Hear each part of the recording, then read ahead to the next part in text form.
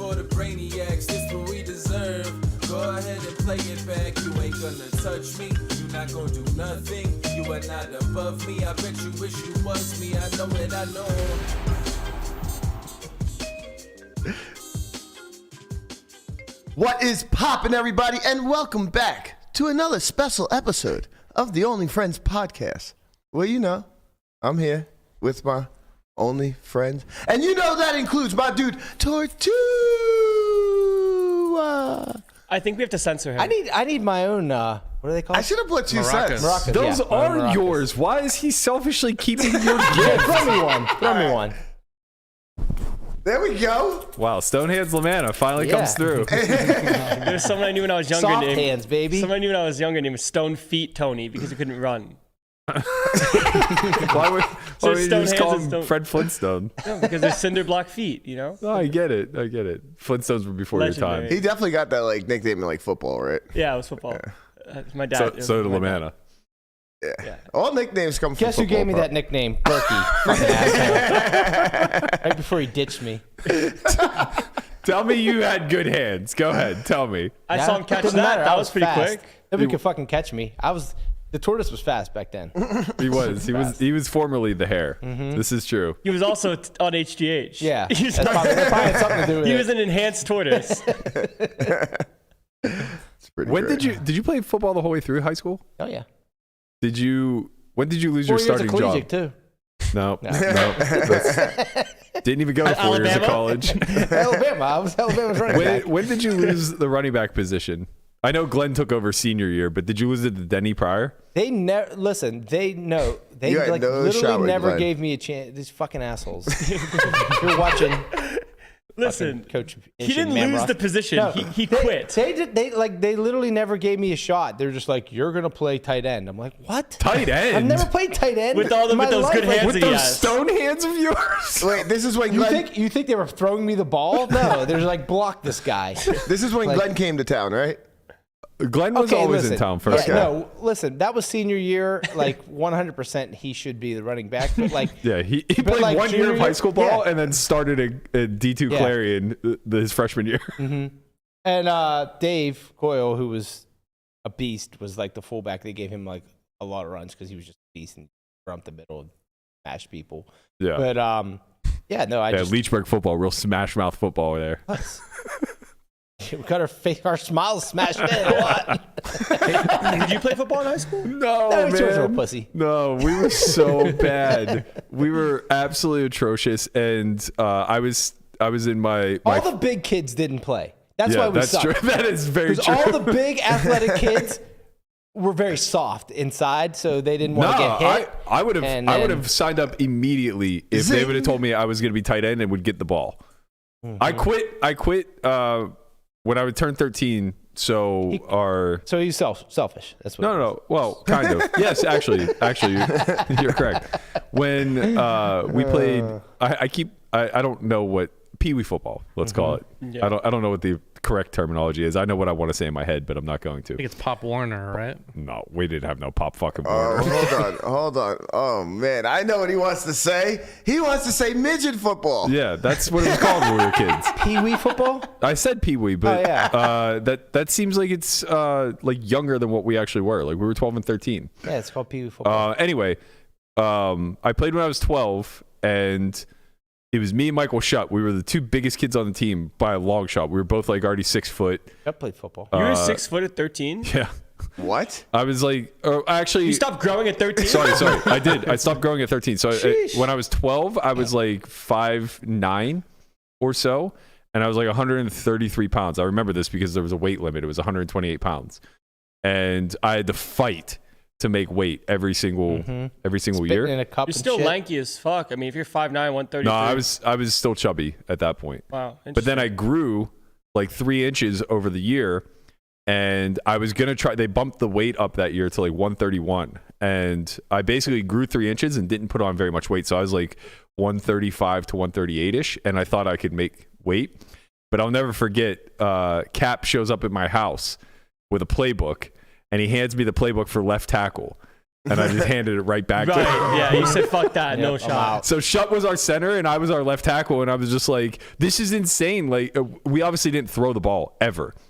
So they could have appeased me and just like made me a pulling tight end that just blocked 99% of the time anyway. But in my head, I would have thought I could get the ball once in a while. No. No. Why would you do that when you had me and Denny on the team? Denny and I were like the fastest kids in school, and they would just hand us the ball and we'd just run up and down the field. That's true. It was great. When I was 12, I played defensive line. I also played D-line, which I fucking love. I loved it too. I was not the size to be playing defensive line. So that was another thing that annoyed me. They would only give me breathers on defense. And I loved playing D-line. I also didn't understand the purpose of D-line in the sense that, like, you're supposed to be the front line that frees up your linebackers to make plays. I would just shoot the gap. Oh, of course. All the that time. was the fun part. All the time. I would just shoot the gap, and I'm making all these plays in the backfield, and I think I'm like this genius, and I'm getting reamed out when I go to the sidelines because I never even made contact with a lineman along the way. And I'm like, who gives a shit if the linebackers get hit if I'm making plays, man?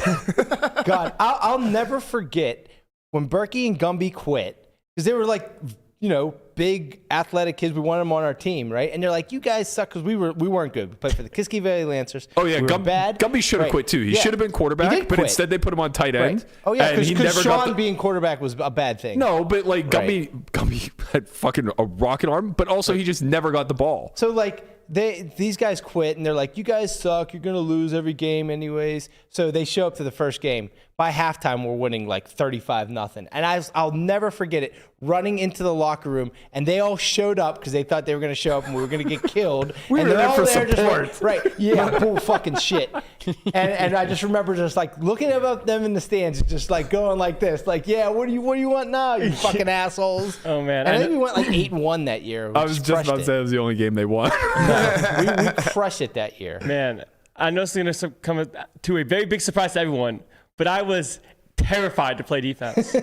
Really? Yeah, Wait, terrified. what? I hate like tackling or like getting tackled. Oh my God. I played middle school football, and I played preseason freshman high school ball, where like I played quarterback, but I didn't actually play a game of tackle football on like in high school because I was just like completely terrified. So like you can get hurt loved it. playing younger and all that stuff. I loved getting hit. I love hitting people. It was so much fun. No, it sounded like it was such a hassle. I to me. never once like felt afraid or hurt or anything like that. I remember one time I laid on the field because it was very hot and I wasn't getting a breather. So I just faked an injury so I could get it. And I did it purposefully on offense because I wanted to play defense. This reminded me so much of times during high school ball games where I had friends that would be on the team and they would, I don't know if they faked an injury or whatever, but like the trainer would come out, it'd be during a game, they'd go sit down on the bench for like 2 minutes, and then 2 minutes later they just run back on like nothing happened, and like, oh, there's the trainer again with the magic hands, like fixing them. It's like, you're literally laying here on the ground dying, and now you're back in the game like it's nothing. I just need my breath, man. It had been a minute. You've been out there. I won't ever forget this. Like, two things stand out to me from when we were playing Pee Wee. One was I was playing defense and I shot the gap where I was like in the A gap, and I just blow through straight to the quarterback. As he's about to hand the ball off to the running back, I just take it. I just took it and dart downfield, and the referee blew the fucking play dead. Why? He called it a sack. Why? I have no idea. I was livid. It was my only opportunity to touch the ball in my entire. I mean, I played one season, but the only shot I was ever going to have to touch the ball. Wait, why is this a sack? You just took the ball. It was just a handoff to you. The kid like fell as I was taking it. I don't remember. But then another one. I don't know if you remember this Man, or not, Lamanna. I'd be pissed. We were at. We were on North Side, maybe. Nah, I don't remember. It was a long drive. We were in Pittsburgh. It's probably North Side. It was. Your parents took me, obviously. I didn't have a car. Either that or North Allegheny, maybe. No, it wasn't North Allegheny. I remember NA. That was. We were way out of our class there. Yeah. But yeah, I think it was North Side. So we went there, and I don't know if you remember this at all, but you were. I think you were inside linebacker, maybe outside. I can't remember. No, I think I was cornerback. No, you definitely played linebacker. No, not in. I played linebacker in high school, but not in. Really? Yeah, in Pee Wee football, I was Well, cornerback. there wouldn't be a cornerback. There were no wideouts. I was fucking cornerback, man. Yes, there were But wideouts. neither team had wideouts. Yes, they did. No, remember Gumby was tight end. Who was our wideout? I don't remember. Oh, I remember. But anyway, whatever it was, you were blitzing. I thought you were coming from linebacker position, but it doesn't really matter. But I was coming from the left side. You were coming from the right side. And we like met at the quarterback and just like pancaked this guy. That was we went with like 1-11 that year. Yeah. Well, it was funny because I played. There was like 3 teams, or there was like the cadets, the mites, mites, the cadets, the and then Lancers. the Lancers. Right, right. So it was like went by age, and I think I played like the first year you could play, and then I didn't play for a couple years, and then I came back on the middle team, whatever it was the cadets, and it was the first game. We were at Seneca Valley, and I intercepted pick 6 all the way 80 yards for a touchdown, and people were losing their minds. I'm like, okay, yeah, that's great, but like, why? I come to find out it was the first touchdown. I told you they were bad. It was the first touchdown that team had scored in 2 years. So it was losing their mind. Listen, it's not about the lowlights of going 1-11. It's about the highlights of your your time in the sun. Man, I was a flag football guy though. Like we didn't have flag. Yeah, I was full flag football. Like honestly, like no joke. A big reason why I didn't want to play high school outside of them just being terrible, and I knew that I would get stuck on the line. That sounds like a terrible reason to play football. Those were 2 very, very big reasons. Also, like the fact that Lamanna saying he was tight end. Understand, this kid was like 5'8", $150. Yeah. Like what? We were small. I'm sorry. Whole team was small. What? That's why it would have been nice. You know, Sean was our best. He was literally like one of our best players. And was he a running quarterback? Like he just got the ball and cut it? No. Once in high school, he was a wide receiver, and he was one of the best wideouts in the Valley. But had to play quarterback? No, Smitty played quarterback. Yeah. I see. He played quarterback in Pee Wee, and then he played. Got it. But it would have been nice to have a second Sean, which was Gumby. Right. Like it would be nice to have another best player on the team, but he didn't want to play. Because the best player on the team can only play one spot. Right. You want to have 2 of them. Yeah, it would have nice to have a second best player. But a dynamic duo, if you will. outside of knowing that I was going to be an undersized lineman at 6 foot 180, 175, something like that. You wouldn't have been a lineman in high school. Bro, Kirby was your center. Kirby. Kirby was 5'5". We got a new name. Gumby, Kirby, Skippy. I never met Kirby before. Kirby legit was 5'5". Brandon, shout out to Brandon. Yeah, I mean, you're definitely on the line. I'm not fucking with you. He's 5'5", and he played center. Maybe 5'6" tops. I mean, he can move weight. Don't get me wrong. Like the kid was strong, but like he still hits the gym every day. I get it, man. But like he was center. Man, like honestly, these guys are supposed to be 6'4". I respected so much more that people played for a losing team that they knew was bad. It's like, fuck it, we're gonna go out there. We really, as much pride as there is in Western PA, Bean and Clever. Yeah. As much pride as there is in Western PA for football, and like how much of a football hotbed it is, we could barely put a team on the field.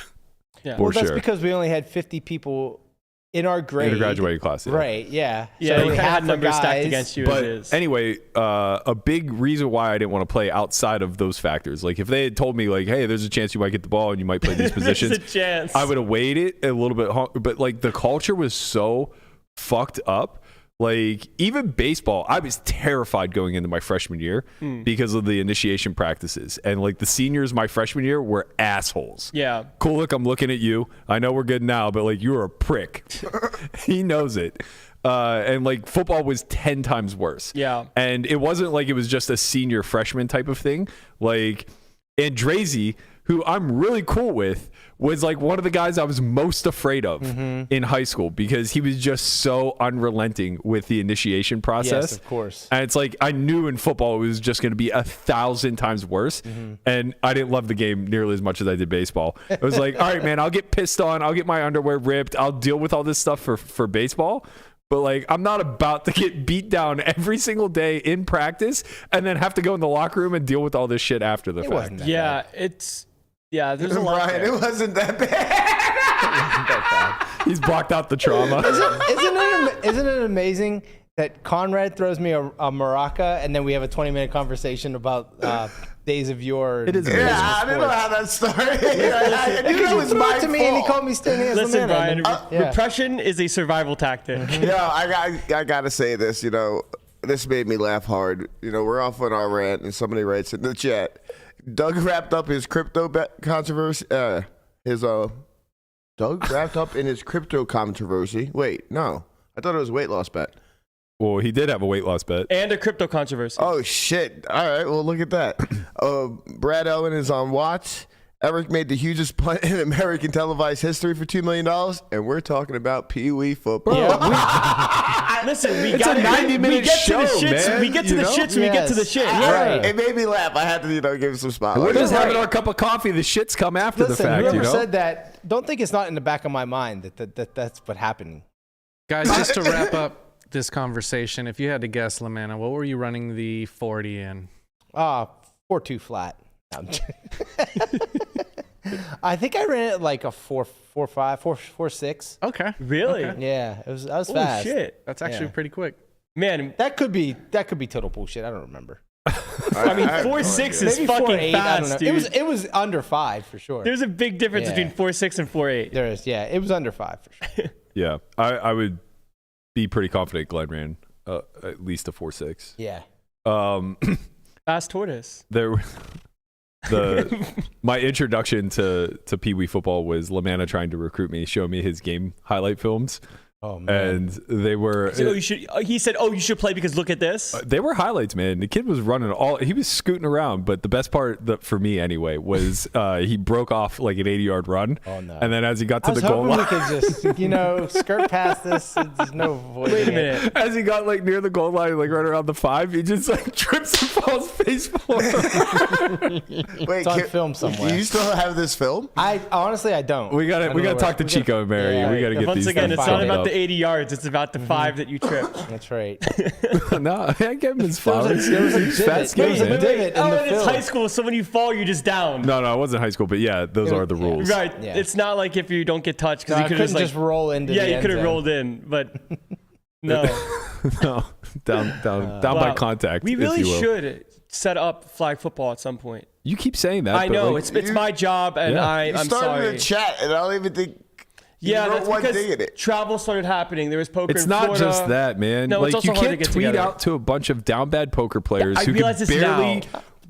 chew gum and walk at the same time and be like, hey guys, who wants to play flag football? Because they all in their minds want to play flag football, and all in their minds are going to be very good at it. And the reality is it's just Koon.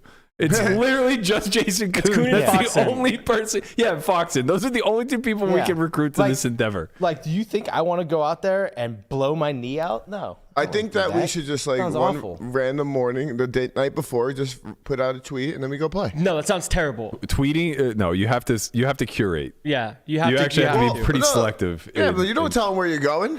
You just say, yeah, right. We've already tried this. We've already tried this once, and I looked at the replies, and they're all disqualified. Every one of them. I'm sorry. If you replied to Landon Sweet, I'm sorry. You just don't. You don't have the goods. Yeah. I'm an old man, and none of you can keep up. Like it's just embarrassing, to be quite frank. Man, I remember we were talking to Rob about like the poker play. If we had like 7-on-7, Yeah. it was like poker player versus like TGLV and Yeah, flag football thing. I think it'd actually be pretty close. Yeah, if we really were That's what I'm saying. careful You go- about the 7 we yeah, selected. Yeah, you go hard. Like Yeah. you pick the right people. Because I think there's exactly 7 in poker. The that last time I actually played work. flag football with a bunch of poker players, it was like me, Dan O'Brien, David Benefield, Jason Koon, and then a bunch of other people filling in. And Jason and Dave are very, very good friends and both incredible athletes. Like Dave played baseball most of his life. Jason obviously was a track star. They were on the same team. And I don't know if it was a pleasure to watch or a complete bore, but the entire game plan was 6 people run around and crowd up the middle, and then Jason go long. It worked every time. Every time. Dave's just dropping bombs to Koon every fucking play. And obviously nobody can cover him. He's so fast. Yeah. So He's it's so just like, fast that what he are we just doesn't doing have it here? in him to like play, like call it reasonable speed, where like can give a defender a chance. Or like, go into the huddle and say like, I'm going to run a slant this time. It's like, nah, Even then, he just breaks it off, right? Even then, he gets How fast is this man? very. No, he's a track star. Didn't he have a college, prop bet where he was going to try to run under 11 seconds? And Yeah, he was going to try to do the 100 under 11 seconds, which is pretty damn fast. I don't know if it ever happened. I Yeah, don't we think don't it really ever know happened. what Well, lock happened me there. up on the other team as him. Like, because I mean, it sounds like a challenge. yeah, it would be a challenge. I'm with it. Let's go. Okay, Let's sure. go, Coon. Okay, sure. Here we Can we go. get money involved? I'll also say, like, there was at least 6 pulled hamstrings that day. Yeah. Of course. This is not for the faint of heart. You guys haven't been sprinting since you were kids. Right. But yeah. The idea it in was- theory sounds nice. Yeah, it does sound nice.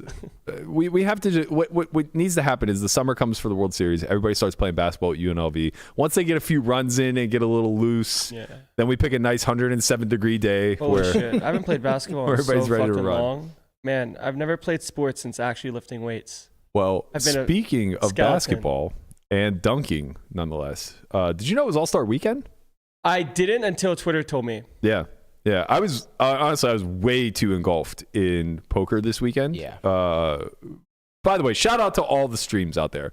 Everybody did a remarkable job. 4 major stream houses, all coming with high stakes, Monday through Friday. There were multiple streams at some points. Like, it was must-see TV wild. across the board. Was. The Lodge launched their new stream this past weekend. Set looks gorgeous. They were playing, I think, 100, 200 the first day, 204 on the second day, and then 50, 100 yesterday. So they had a lot of blood in the water. Brad Owen got welcomed to the streaming streets in a very, very mean-spirited way. But there was real sports taking place, and the dunk contest, which I used to never miss. Never. I mean, growing up, like, being from the era where, you know, Jordan kind of set the bar Yeah, the Air Jordan. for the dunk contest, and then Kobe in 97, Vince Carter in 2000. Dwight Howard. Honestly, like, the Dwight Howard year didn't really do it for me. Yeah, but it did it for a lot of other people. Yeah. I mean, No, Dwight he Howard was is more like it's just like antics, more like the Superman kid. Like, nothing was really cool about it. Like, it wasn't great. Don't get me wrong. Like, he was fucking a sick dunker. But Vince Carter. But it's because he was 7 foot doing Yeah. those things, right? Like, Right. the Vince Carter year was just like, bro, It's over. this guy. I was what Mac did this year. I think is probably up there as top 3. Top 5 for sure. Top 3 is very tough. Man, All right, yeah. I've been Vin- watching this kid for a while. Okay, so this is my first introduction to him, and it's just like, this guy can fucking fly. Yeah, so I watched like his highlight reels when he was in high school and stuff, and then like so That's what we got up right now. he was in George. He went to Georgetown and then Texas Tech, I believe. Do you know the backstory to how he got into the dunk contest? No. He had just got signed off waivers 3 days prior to make his NBA debut, I believe, for the Sixers, Okay. Yeah. it was which Sixers. qualified him. Okay. And you know, They signed him just so he could play the dunk contest. effectively, it seems that way. It legit seems that way. Like, who knows if he's even going to get playing time? Like a couple years ago, Dennis Smith Jr., where he played for the Heat for a bit. But dunk contest wise, like, this man just has infinite bounce. yeah, and like, here's the thing with the dunk Dennis contest. Smith Jr. played for the Mavericks and then the Knicks, right? Yeah. Not- He's just like not kind of the moved Heat, around. right? No, he played for the Heat for a time, like a year or whatever. The thing with the dunk contest is it's like, you know, it's difficult to keep upping the bar.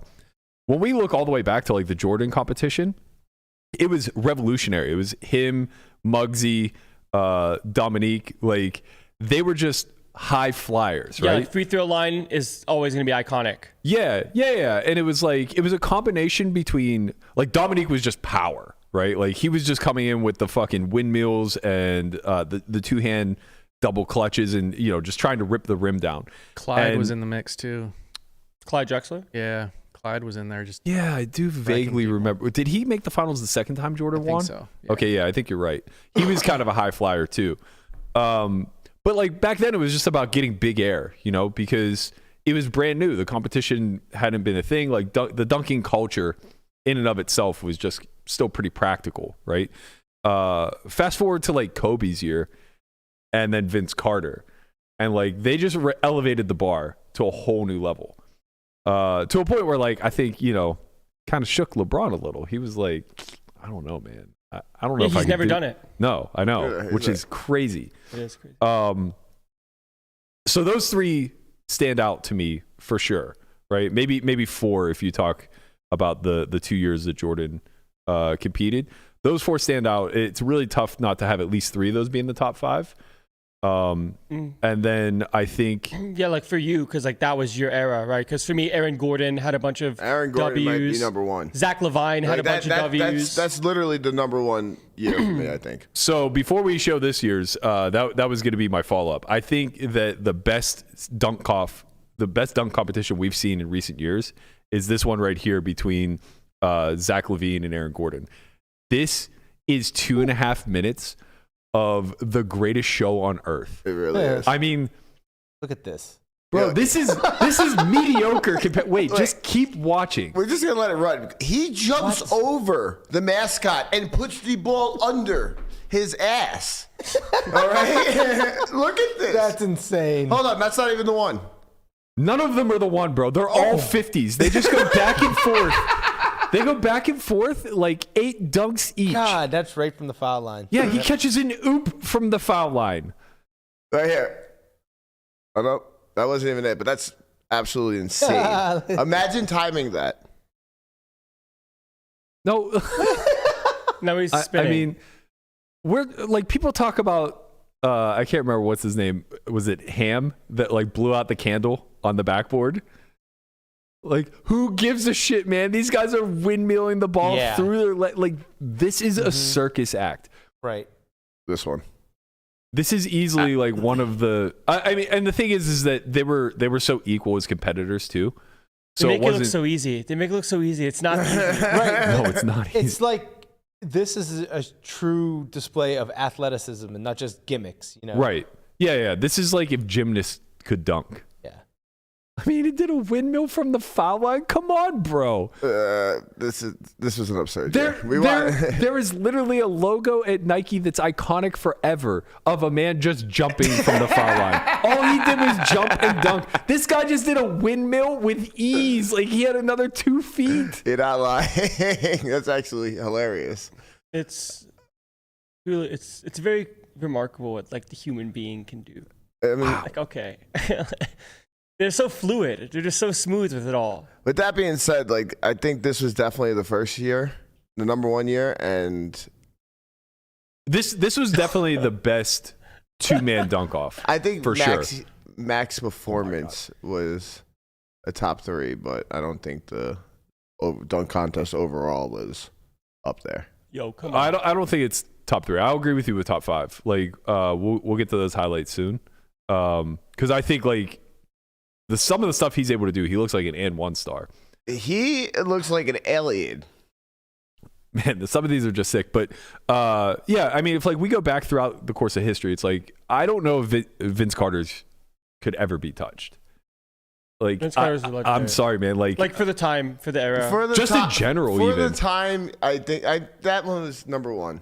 Like that what we just that's watched. that's the best competition for sure. It's But not even Vince close because Carter, both of you're them are just saying- going tit for But tat. I think honestly, it's more like the era because both of them put on a better performance, I think, or equal. If you took one of them out of that, though, I don't think it's nearly as impressive. It's because they kept going back and forth with 50 dunk after 50 dunk. So right? you're just trying to say it'd be like Mac. Kind of, yeah. I can kind of get behind that. But like Vince Carter was just doing like shit that no one's ever seen before. Yeah, it's kind of just like he was like a massive W, and everyone else like you just can't win. He's like, I'm just gonna keep going and show you how much better I am at this. Yeah, and the other thing is like when it comes to Levine and Gordon, they're taller dudes. I think that they're Gordon's- like 6'9"ish. Let me check. I believe Levine's 6'4" and Gordon's 6'9". No way, really? Yeah, Levine's. Oh, I thought that they were like the same size. Nah. Aaron Gordon 6'8", Zach Levine is 6'5". Okay. Oh wow. Okay, so Levine would be closer to like what I was going to qualify for Carter. Vince Carter's 6'6". Yeah, Carter, Kobe, they're both in that 6'5", 6'6" range. Like, they just there's so much more like grace to what they were doing. Kobe 6'6". Because like when we even think back to like the Kobe, the iconic dunk was him coming underneath the hoop and doing a reverse, and it's like that in today is nothing. Yeah, I mean, It's like, that's nothing. Quite honestly, I don't really think. But he could Kobe's do year it was with great. such power and grace at the same time that it was just so revolutionary for the moment. Like, Yeah. that'll just be remembered. You know, just like the Jordan foul line dunk will always just forever be remembered. I mean, until Like, there's something there when it comes to the ability to be a pioneer of something, right? The first to do it, yeah. Right. So the first to do is always going to be the most remembered. Yeah. And then ever so often after that, there's going to be people that are the first to start doing new things that set the bar higher. Yeah. So of course, I think over time, the dunk contests and the dunks that happen are predicated off of the stuff that already happened. It's tough because it's a double-edged sword, right? Where on one hand, we've seen so much, and that sets the bar so high for anybody who's willing to enter the competition now. Like, it's hard to impress. You know what I mean? But on the other hand, the dunks have evolved in such a way where, like, when you look at like the and one guys and the people or maybe not and one, I guess that doesn't really exist anymore. But yeah, I don't even know what that is. they're like professional, like they're. you don't know what N1 is? I know what and one is, but I don't know like the dunkers of and one. You don't know no hot sauce? Wait, I I know made Harlem he made the Globetrotters. league. What? Hot Sauce made the league I know. briefly. I used to play with him on NBA 2K. I can't think of what it is, but they're like dunking tours that are out there. So like they're forever setting the bar higher. Like Mac looks like he came from that. Yeah, it's like the kid Jordan Sperling, the Canadian kid. Oh, okay. I couldn't remember his name, but yeah. Yeah, I would love to see. He's not tall either. I think you're wrong there. I think he's like 6'7", 6'8". Oh, I thought he was like 6'2". I would love to look. Yeah, it's an interesting thing because like I see it all the time. It'll come like NBA highlights and stuff. It'll be like dunkademics. Like there's like just videos of people just doing Jesus. insane shit. Look at this. Look at these dunks that win. Dunked over two. Come on, bro. It's absurd. He hit the backboard? Come on. No, he did Not it. this one. Yeah. He hit the backboard. That was the one prior. Yeah, sorry. Oh, watch the confidence monitor. So we're all watching. No, look to your right. So we're all watching the same thing.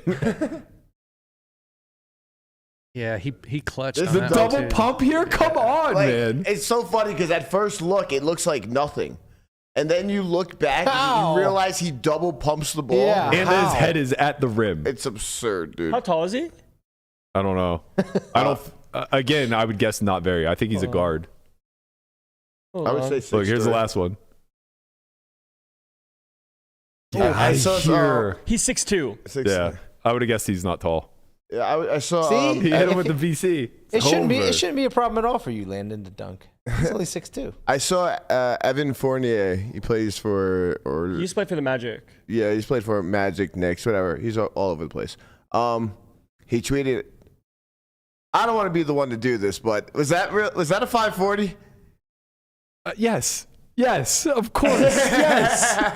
Like, come on, man. And there was a good reply that was like, "Okay, maybe not, but none of the 360s are 360s. Yeah, that's fair. Like, They're like 180, 190s or something like that. 210s. He's like, that was about a 430 though. shut the fuck up, man. 270s. Come on. And I feel like That we need to is see the Vince insane. Carter highlights just to put them back to each other. Yeah, I feel like you're right. I don't have them queued up. Maybe Global can find I think them. Landon has a double pumper. It doesn't count. That's what I'm saying, LaManna. Motherfucker got 5 inches on me. Seriously. While we get Guapo to see if we can get that, when is this dunk bed? What's the for date me, on this? April 12th. He's coming up soon. It feels like it's the heat's on. I apparently have 99 days. April 12th, isn't that as your I saw birthday? today is 99 days until the World Series. I really should No. check and see It where is. we're at. Remember, I remember last year when there was a lot of time where there were like not a lot of poker tournaments like leading up to the World Series. I feel like there's a tournament This every year or last year, you're saying? yeah. I feel like there's a tournament every single day right now. Well, that's just because you have money to play. No, now. I have money to play there in them really are too. tournaments every day. There's literally I'm like, tournaments I'm looking at the every schedule. I'm like, single day. I can't do the podcast anymore. Come I gotta on, play these bro. tournaments. Get the fuck out of here. Like, Yo, Mac had to do these dunks two-handed because he can't get up. Or sorry, not because he can't get up, because he's not tall enough, right? Like, so he makes it look a little extra spectacular because he has to do them two-handed. VC's like 10 inches over the rim and just slings it. I love it. They have. I love how the big Aristotle just has a video camera. Come on, man. So wild. Yeah, This dude he's throwing it down with Could authority. get up. It looks so easy too. It is. He makes it for him. so. That's what I'm saying. He makes it just look so easy. This one's so nasty. This one's absurd. Like that looks like he didn't even try. It's what it is again. It's like he was such a combination of power and grace. Like he throws the ball down so hard, but it looks so fluent and so effortless. Like he could do that like literally 20 times in a row and never miss. Yeah. Oh, that was the other thing about Mac. All first attempts. Yeah. Which is so impressive. Imagine hitting every single one of those on your first attempt. Yo, is that Helmuth folding ace king right there? Oh, come on, man. Did you guys see Jericho Sims fucking pull himself up in that? No. I forgot what dunk he did, but I didn't see the dunk contest. I just saw the highlights. He used the rim to pull himself up. I started dying. Oh, he tried to do the VC. He tried to put his arm in the thing. Oh. Yeah. Yeah. It wasn't. Yeah, some dunks you have to just let live. Well, it seems like he is jumping higher than 37 inches. Yeah. No, but if you look at the thing on the bottom, it shows how high he's. It says jumping. It says 37 inches. But it seems like it's more than that. I mean, that one probably was. Shaq. I think Shaq said that Mac single-handedly saved the dunk competition this year. I would agree. Well, no. When was Aaron Gordon and Zach LaVine? 7 years ago. Oh my God. Yeah. So yeah, absolutely. Come on, man. That's gonna be me come May. No, it's not. I'm not fucking around, man. You think I'm getting fingers over the rim? I'm getting elbows over the rim. You see it says 37 on the bottom? Yeah. That just can't be true, right? He's 6'6". But I'm saying when it comes to verticals, like 37-inch vertical is not that high. Well, yeah, but like he probably got more in him. What? He's probably got more in him. But if that was the case, wouldn't he do quote unquote better, not better dunks, but he dunks to his potential? Overshoot his mark. Yeah, I mean, at some point you're too high. I only say this because there are people that have call it 45+ inch verticals. Imagine Vince Carter just has a 50-inch vertical and he's chest high with the rim and just yeah. That's his arm is straight down and he just drops it into the basket. It's like Jordan in Space Jam where he reaches from half court. It's a 10 out of 10 dunk. Yeah. Oh man, what was the dunk where he ended it? The it's over. Was it the elbow in the rim? Nah. There's another one. No, that was the one where he points to the sky. That's where he folds ace king. Oh, that was it. Wait, was that it? 2 hands from the foul line? Come on, man. Oh, 1 step in. Still, but I mean, still. Rewatching one this. step in, but he could have made it. He could have made it the whole way. Rewatching this, I'm gonna go with my Aaron Gordon and Zach LaVine hold the number 1 spot in the dunk contest. I don't know, man. I disagree. I gotta give it to. He's just so fluent.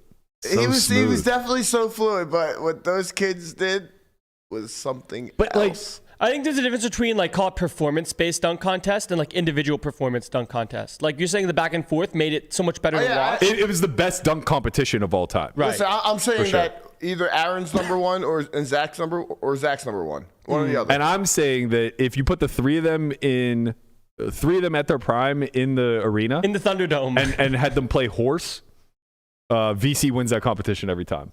Get the fuck out of here. Every time. Yo. He could do 100% of the dunks they did and then another 10% on top. No way. I think I'm on that side on this one. I think if need be, if he had to really pull out his tricks, he could have done the NBA Jam dunk. Yeah, listen. Where you take off from the foul line and do a triple somersault and then cram it. Listen, he would have to create some new boings that pumped him up real well, because what Aaron and Zach did is just absurd. Get some moon shoes. Yeah. No, he had his fucking, they were boings, right? I have no idea what you're talking about. Moon shoes are just a meme shoe. No, you jump and they Vince Carter had a shoe, and I believe it was called boings. I bought them the first day they came out. I know. Of course you did. You guys are all crazy. If you guys want to see who can really fly.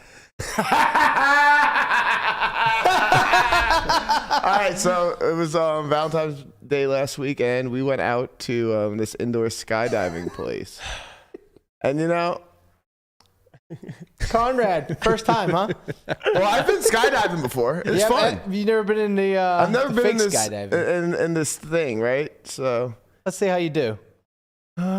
This is cool. I really like this. So what's your thought process right now? I really like this. Oh wait, what the fuck? I can't breathe. Why? I can't breathe. Look at my girl at the fucking thing. She's like, get him out.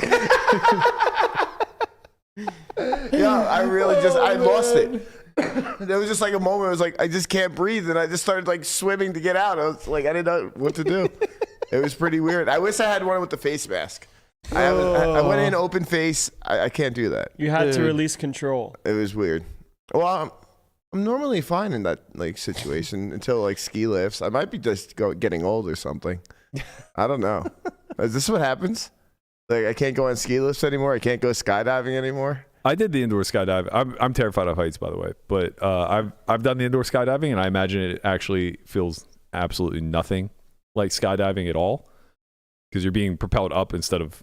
You don't have the sense of falling. Yeah. You don't lose your stomach at all. Yeah. True. I thought it was a blast. I don't know what the hell you were so freaked out about. No, I just couldn't breathe. I was just trying to breathe. I was like, I can't breathe. You're probably laughing too fucking hard. Yeah, sounds about right. Yep. Oh, I forgot about the Blake Griffin year too. He was so fucking good. Yeah, I remember the Blake Griffin year, but I just don't think he was as good It didn't as. stand out nearly as much. Oh my God! Get the fuck out of here! No. You put best dunker of all time. That's not the right question. That's what you're arguing. No, I said the best dunk contest performance. No, I agree with you. The best contest was Gordon and Levine. I mean, best dunker but of the all best, time. The best show of dunks, in my opinion, was VC. But people like remember VC like game time dunks like back in the day. That's They're 'cause he does this remembering it. shit. You're just like, I'm gonna fucking get that. Remember when he jumped over the 7'2" Lithuanian dude? Oh, you see, that goes another 10 Fucking votes for fucking buried that VC. This is cheating. Yeah, no, that poor I Lithuanian mean, there's guy. definitely like a conversation to be had about in-game dunking versus dunk competition dunking. I don't want to watch enough NBA to like truly know, because in my head, LeBron would at least be in the conversation. He obviously wouldn't be the best, but he would at least be in the convo. Yeah. Kobe for sure. Kobe, like, definitely. That was when I watched more NBA, like college and before. I'm pretty sure Vince Carter's number one. Yeah, VC has to be. In game dunking. I'm pretty. Yeah, I would definitely. That motherfucker wasn't missing any dunks whenever he was 48 and about to retire. I'd be very confident with There's him. a difference between like dunking and the dunk competition, and like having that dog in you, like mid-game, just like, yeah, I'm just gonna jump over and dunk on you. Yeah. Or like Shaq, when like he dunked and then pushed him off. Oh yeah. I think Shaq's gonna take the W for dunking in game. I mean, But like it's kind of unfair. there's he's a no monster. there's no real style there or anything. No, he was it's just a just a fucking massive man. monster. Yeah, he's just a legend. Yeah. I mean, that's one of the most iconic clips of all time. Homie gets up, gets the ball, and pegs it at his back, and he's just mad. I can vividly remember John Starks against the Bulls, where he dunked on, I think it was Jordan. I can't remember who he dunked on, but it was nasty. I'll give you guys a look here. I love this moment. This was. I just, love What this is this? moment. I've never seen John this. Starks, like, Oh just man, annihilates this guy. God, I love John Starks. He was the best. And Starks is a little dude, man. Yeah. As a Knick fan, I thank you so much for that moment. Fourth quarter, I 50 haven't had seconds one, left. I haven't had one of those. I think moments. I remember watching this. Is it a 30 for 30, I think, where the Pacers-Knick rivalry Oh is my displayed? God! Turn it off! Turn off his mic, man! With the Reggie Miller 7 seconds. Yeah. Get the fuck Yeah. out of here! Yeah. I can't. Oh my God! But they like led up to that moment by showing a lot of the in-season stuff and playoff stuff. I just said for the first time in like 20 years, I get a moment of like Yo, Knick that's a fandom. foul. Yeah, I get a moment of Knick fandom, and then he reminds me of Reggie Miller. Did you see what happened in the backcourt? It wasn't a pick. The dude just like pushed him in the back. Yeah, that was definitely cheating, but the play was beyond him at Look, that point. guys, you guys are soft. Look at this. You get called for a block in the back in football. No, listen, this is 90s basketball. Yo, Yeah, for 90s real. basketball was legit. And the Knicks were fucking thugs, man. That wasn't even a I'll a never forget chance. Grandmama getting into a fight with, it might have been Zoe. Was it? Larry Johnson got into like a massive melee like on the sidelines after finishing a play. I feel like it might have been with Alonzo, but I can't remember. I loved Alonzo Mourning growing up. I feel like they were teammates for They a were. while. They were Heat on the Hornets together. Yeah. And then they went to the Heat and to the Knicks respectively. Okay. Yeah. I remember that team was fun. Charles Oakley. Yeah, they were a bunch of fucking hooligans, man. They were a hockey team playing basketball. Yeah, well, fucking James Dolan won't even let Oakley in the building. Crazy. Crazy, man. That's crazy. All right, there was a lot of poker that took place this weekend, and I want to put a big spotlight on it because I think as a player and as a fan, this was probably one of the best weeks of poker being displayed for everybody to see outside of the main event. Yeah. A lot of things going on simultaneously to the point where there were things like actually kind of glossed over. Did you know Triton had a high stakes cash game going on yesterday? I did not. Me They had a neither. what? Yeah, they had a high stakes cash game. Train already started? Yeah, who knew?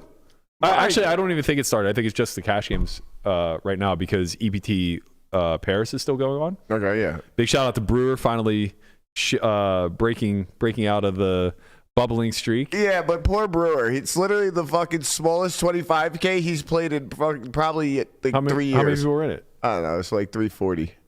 Oh, 340 up top? Yeah. Okay. But So I feel like that's 50 like one of the 50 people? smaller ones he's played in the past couple of years. I mean, It's unfortunate. yeah, he bubbled some pretty big events for sure.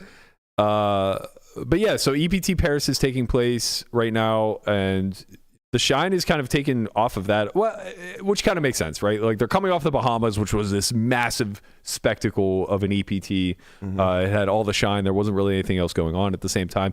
Now EPT Paris, like this is where the Americans disengage, right? Like now it's like, okay, you're in Europe, you're nowhere near us. Only the high rollers travel to this type of stuff, and we have live stream nosebleeds 24/7. Yeah, I go to like the poker news and I'm like looking at the list and like looking at like all the hands and stuff. I'm like, damn, I don't know anybody. It's kind of wild. Yeah, it's like all we know about what's going on over there is that the lines are long and Rampage is getting treated like shit while paying $100 in rate. Sounds wonderful. Sounds like a dream. $2 to use the bathroom. Yeah. Yeah, Sounds like- wait, hold on. What is That that? can't be real. Is that real? That can't be real. €2. Sorry, €2. You pay €2 to take a piss or something? Something like that. no way. That's Come what he on. said. When he gets back to the States, we'll have him back on and explain his Paris experience. You know what? I don't want to fucking hear it. I do. I would love to know. I don't care. The trials and tribulations of a young Ethan. The second you win a 25K that you have no business even playing, I don't care about hearing about how poorly the staff treats you. Big You're not W. there yet. You're not there yet. He had all the business he wanted playing it. That's Get a true. He Rampage. did win it. He did ship it. So let's get caught up a little bit with what took place over this weekend. We don't usually have high stakes streams on the weekend. Like Friday's the deadline, you know? The Saturday, Sunday days are usually dark, but we were pretty fortunate. 3 high stake games on Friday. There was the 100-200 game at the Lodge grand opening. There was 2-4, I believe, on Hustler, which actually let's roll that clip, Guapo, because this is a pretty funny hand. Play it with sound. It's worth it. It's worth it. No, not this one. The Hustler clip. No memento. It's Luda Chris versus Francisco. Sorry. Francisco. Guavo's got so many good clips fucking lined up. I'm just watching him click through them all. Like, that was good. That was a good one too. Here we go.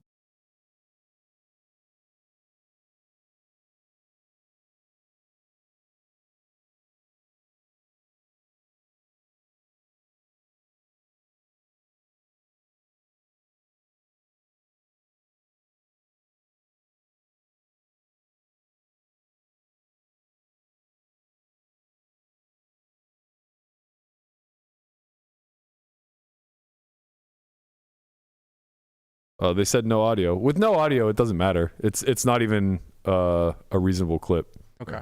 It really Yeah. doesn't matter. The audio does it so much justice. Yeah, the audio does that clip all the justice. I don't know why we don't have audio from it. But to sum it up, basically, Luda Chris either open. I think he 3-bets kings, and Francisco just cold 4-bet jams 100K, so like 250 bigs with queens. And it turns into this long tank where Luda Chris, I guess, is getting his head kicked in. He's down, multiple buy-ins, whatever.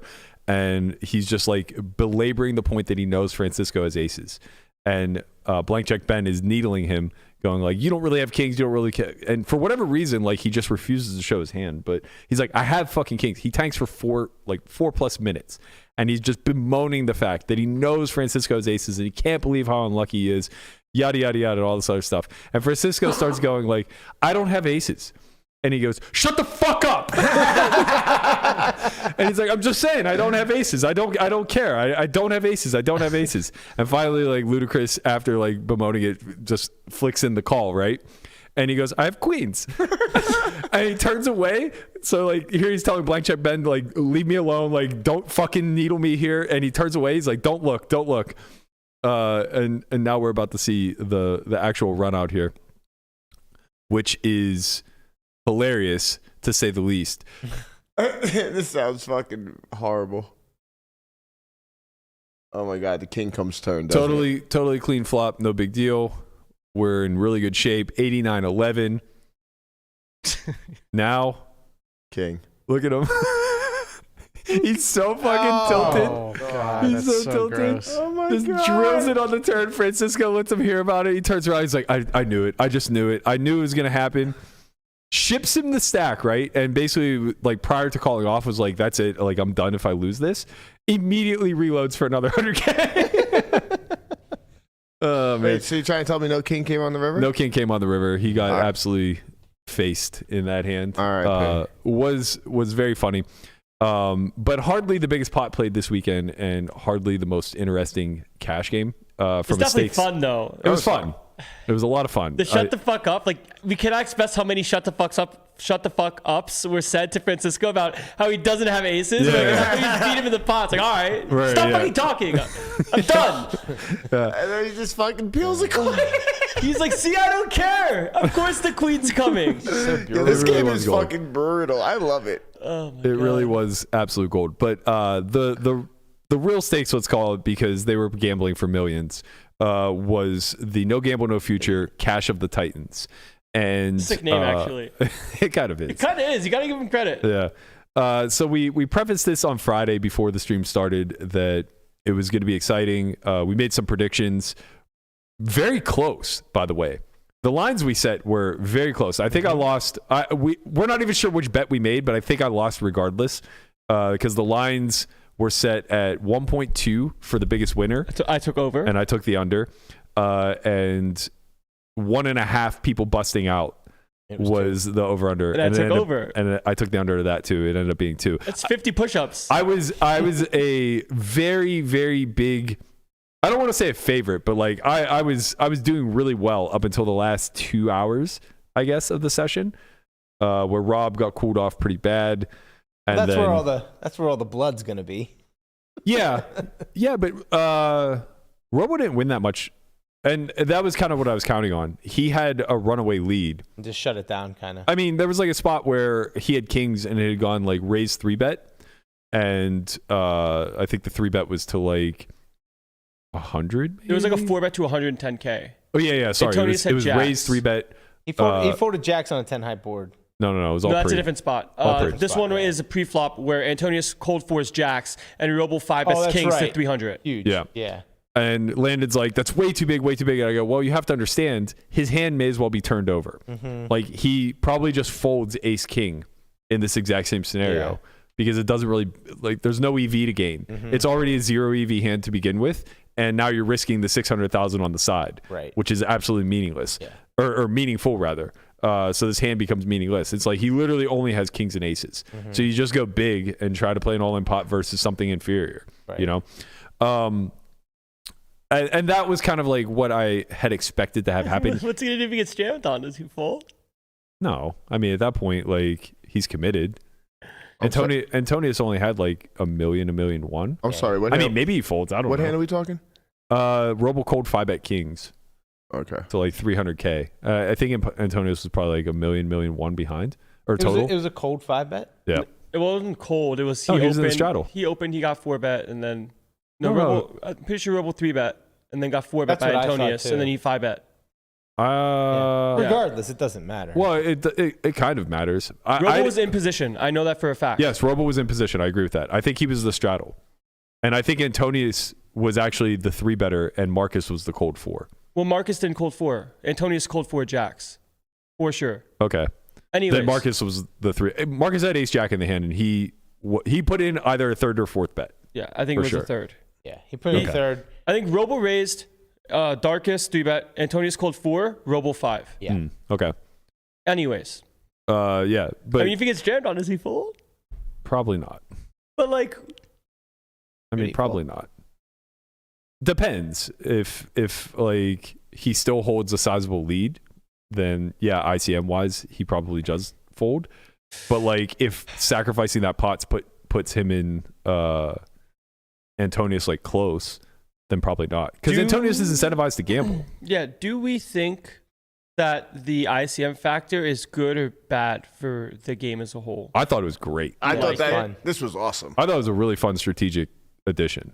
Like, yeah, there's always going to be somebody that's like, should be locking it up toward the end or something like that, or there might be a situation like that, but it's part of the game. And there was, it's the inverse of ICM. The chip leader now has to play extra fucking tight. and, but the best part about it is everybody else gets to be fucking monkeys. Super and my moves, boy exactly. fucking Darkest was out there swinging his PP.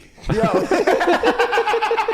Yeah, like he probably doesn't get it in with ace jack versus jacks against Rob if that bounty isn't in play. Right. Man. Yo, it was. You knew he was gonna bink that ace. I just knew it. I was like, oh, poor Rob. Rob won and Yeah. Ace Jack versus Ace Queen versus Patrick to get the chips, and then lost a few pots, and then got in Jacks versus Ace Jack. And I'm just sweating knowing that there's 10 hands left in this game, knowing I took over 1.5. Like, he gets spiked on this motherfucker. Landon just had the push-ups. real sweat in this game. Yeah, that's what I'm saying. Like I was on the right side of it all the way down to the very end. Robl literally won 1.28. What a legend this guy is. So like literally 80K above the over under, and Rob busted with 10 hands left to go in the night. Guys are unlucky here, guys. Robl made some of the sickest folds I've ever seen. Like, this guy just folds Ace Queen with a diamond So locked against the in. bet from Darkest, folds top set of kings like it's nothing versus like river bet on a flush complete on the turn. Guys, incredible. I mean, genuinely. it was a stark reminder to me of how much the money factor sways the actual strategies in play. And having played a bunch of live streams over the last year, I completely it's a running joke that I lose on the softest lineups and I absolutely smash the toughest ones. And I'm probably playing like twice as many soft lineups as tough ones. So it doesn't look like I'm doing very well. But what I'm realizing is that the reason for this in a lot of situations are you arrive in these situations where bluffs are supposed to exist, and you start thinking so theoretically because of how you're trained that you don't even get to the point of, do I need to give this guy credit for finding them, right? Because like they just seem so apparent and obvious. It's like, well, he'd have to bluff like all of these hands if like he has any bluffs at all ever. Yeah, theoretically speaking, for sure. Right. But watching this stream, I fucking remember how live poker's played now. Robl had a set 4 out of 20 hands, and he checked at least one street in position, checked back at least one street in all 4. Yeah. All 4. Guy's a legend. I remember, all 4. He checked back top set of kings to call a turn bet and fold the river. What? And it was right. He checked back the set of 9s when it was late in the game, like blind versus Darkest, where straight comes different. in, flush comes in, Darkest checks. Like Robl just checks back in a spot that he knows he has a value bet, but like ICM wise, if he does put in a bet and then get raised, he's now in like this really nasty spot. Yeah, So instead of taking the spot, it's like, okay, just knuckles. He wants no part of it. He's like, I have you beat. He's like, He's like, I win, but I don't want to bet. Yeah, so I yes. check. There's a 600K side bet. There's no point of betting. Yeah. Somebody That I kind of understand. Go ahead. Somebody wrote in, shout out for the super chat. Thank you. They said, do you think the format NGNF $1 million game makes collusion too easy? seem it would be easy to chip dump a lead and lock up the 600K side bet. Not saying that happened, just an observation. Better trust the other players. Well, what do we think about that? There would have to be incentive to collude. So like if like what I'm certain of is that there were 3 people playing on their own money in the game. Mm-hmm. Rob, Robl, and Persson. Right? So but like I have relative confidence of understanding who put the other 3 in. Yeah. And I don't think it would be much of an issue. But like, yeah, there becomes a problem if, say, like, like, I mean, maybe it's not a problem if everything is just transparent. But like, say Rob, Robl, and Persson all decide to play on their own dime, and then they each get to put in one person. So Robl has to put in JRB. Rob has to put in, like, I don't know, fucking Leon. Or me. He ended your career. He's not going to revive He didn't end it, man. He put me in the hospital for like 6 days. Quick recovery. Truth of the matter is, like, I actually had what ended up happening is I took too much exposure in that game, and something else had happened where I had to pay out of pocket $150K like a day later. So I had made calculations based on having more money than I actually would have 36 hours from then. Gotcha. So he just absolutely put me in the poker hospital. But I joke that he retired me and he plays along. By the way, thank you, Rob. I appreciate you. Without you hitting that 5-outer, the Only Friends podcast clearly wouldn't exist. Thank you, the Only Friends podcast. Feel free to come on anytime. We'd love to have you sit in the guest seat. Yeah. Talk about how you retired. I love nothing more than Robl showing him the fucking 9 high and then running over and giving him a shoulder rub and a hug.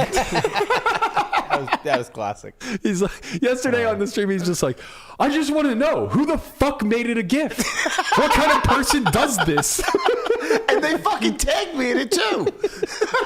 KTF. Oh man, it's so good. It's so good. Everything about that game. He's so miserable there. Honestly, the thing about this game that makes it so great, it's 3 days of like emotions also like being built up and like hands just being happening. It's like it's way different than just, you know, a one-day cash game. Like, this is amazing. Like, I love the format. I think it provides a lot of entertainment. Yeah, I actually would like to I'd like to see them take it to even a further extreme, to be honest. Ooh, like, what do you want to do? I mean, making more it, pain. Well, I wouldn't mind seeing it like be 5 days. So instead of the blinds going up twice each day or whatever, it's just 5 blinds throughout. So you start at 500 and end at like 2K, 4K. Yeah. Wow, so each day is 1 stake higher. You want 5 days of this beautiful action with B. Hanks and Jeffrey Platt on the 1s and 2s? The thing is that I think it's very similar to like what we do with Poker Out Loud, where the more you drag it out and allow it to become an event in and of itself, the more the underlying strategy rises to the top. So in this instance, like, not only are they gambling for millions of dollars, but they have to also take into consideration this constant recalculating of the risk analysis, because they're on a fixed budget, so they can just bust. And there's also incentive to win this pretty large or sizable side prize. And not only that, on top of that, it also creates storyline. Yeah, of course. And I think like if you did it over 5 days, now they don't have to redraw every break. Like, I thought that was not great for the show. It was probably fine for the players. Like, they want as much randomness as possible. Yeah. But it's not great for the show because you're only getting 6 hours anyway. So you're really only getting, I don't know, call it 150 hands a day. Yeah. And now whenever you redraw 2 or 3 times in a day, you're only getting like 50 hands to 100 hands of the actual meta game that is kind of forming. Yeah, actually, I think I definitely agree with you. I wouldn't like changing any seats during the same day. Truthfully, I think that the purest form of this is that they never redraw seats. They play 5 days straight. Like, that's unfair, though. I mean, yeah. Well, it's random. It's fair. It's fair, but it's just like, yeah, it can be frustrating. Yeah. But this is the origin of the WSOP main event. This is what they did. They just played a cash game for I think 72 hours or something along those lines. They all put up $10,000. They all put up $10,000. We're gonna play till someone has it all. That wasn't even what it was. I don't think they fixed the buy-in. It may have been a 10K buy-in, but I think that's what it was. Wasn't it? no, initially, like the first 2 or 3 World Series, they just voted on. They voted, right? Yeah, at the end of it. So they played for like 72 hours.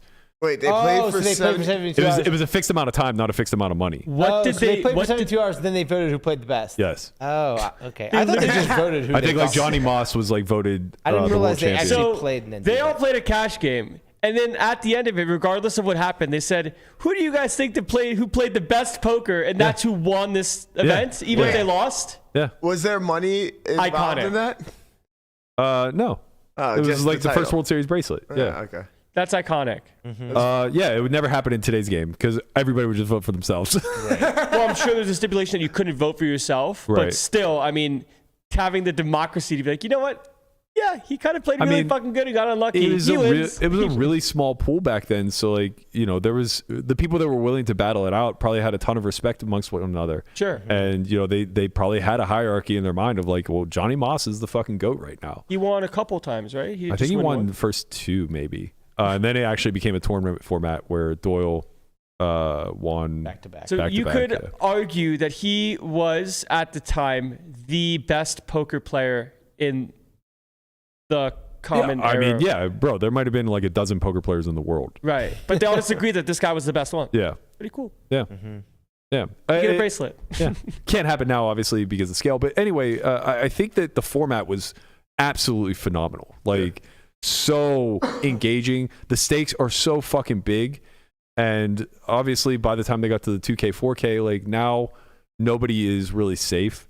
Even Robl, who had like a pretty big lead and was out to like 1.6 million with a reload behind, they're playing 2K, 4K. He only has 400 bigs. Now, granted, he has everybody covered.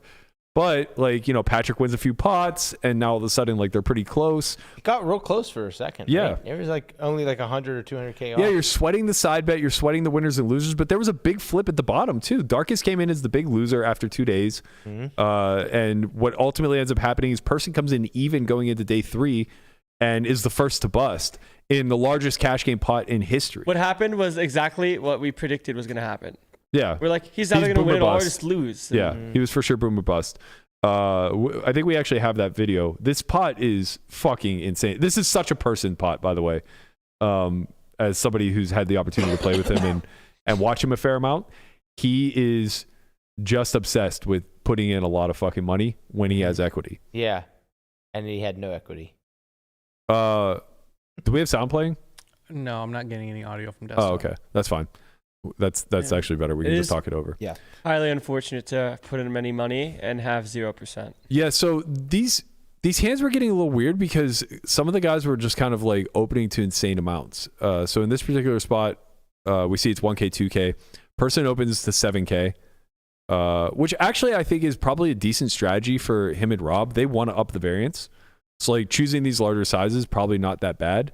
Rob obviously has a call with ace-deuce of clubs on the button. Antonius has a clear squeeze. He makes it 30,000. So 15 bigs, pretty good. They're like 500 blinds effective. Dream fucking board. Dream board here for Antonius.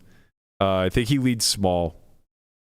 I think he leads 25K, but I could be wrong. He might go bigger.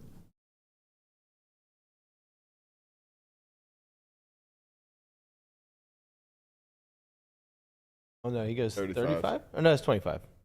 That's 35. Yeah, 35. So it's whatever. That It's a little says bit 40. big. He bet 40, never mind. Yeah, And Persson's just check raise. 40's big. Let's say Persson 40. snap raises in position. I was screaming. Obviously, I could see the hands, but like because of the board texture, like you just like a have to very- know. You just have to know Persson has an inferior flush draw almost 100% of the time. He just never has a good hand. Right. You just can't. Like he Right. doesn't have 9s, 10s, jacks. And if he does, who gives a shit? You have ace king of hearts. Like let's run it.